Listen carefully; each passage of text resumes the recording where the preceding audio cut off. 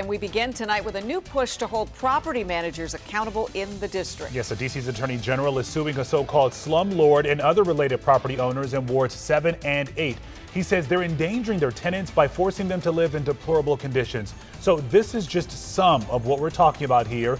Rats, mold, you have spider infestations, even missing walls. And tonight, our Leslie Moreno spoke with someone experiencing all of that firsthand, and he's doing what he can to save his home.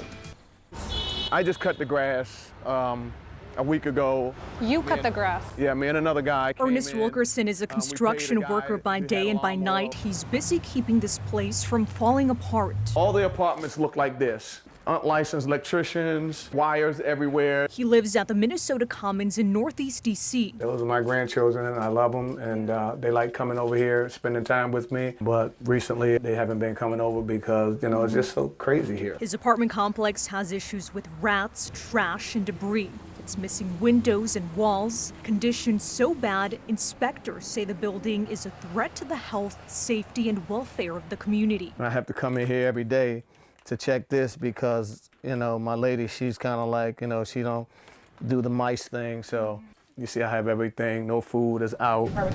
Tonight, there is a glimmer of hope after months of living in the dark. The defendants in this lawsuit are slumlords in the truest sense of the word. The Office of Attorney General Brian Schwab is suing the owner of this complex and 4 other parties for extreme housing code violations and defrauding DC's rapid rehousing program. They don't care about the people.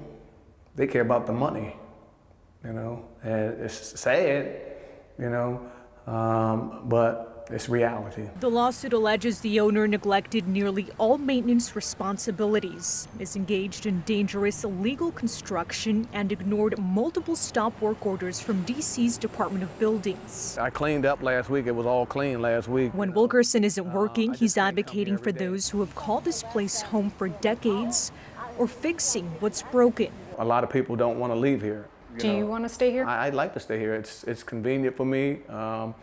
You know, no matter where you go, it's you know, you can't run away from, you know, crime or whatever. The lawsuit is demanding repairs be made, restitution for tenants, and penalties for violating DC law. I hope that someone sees this story and want to come and, you know, not rescue us, but just give us a helping hand. Leslie Moreno, WUSA 9. And hopefully those repairs and that work will be done quickly. The Office of the Attorney General says the owner also falsely certified that the property was up to code. That allowed him to fraudulently collect tens of thousands of dollars from the Rapid Rehousing Program, a DC-funded voucher program for residents who are experiencing homelessness. Now, the owner also has another apartment building in Southeast. He's currently facing 2 separate lawsuits from the Attorney General's office. We have reached out to the owner of this complex, and we have yet to hear back.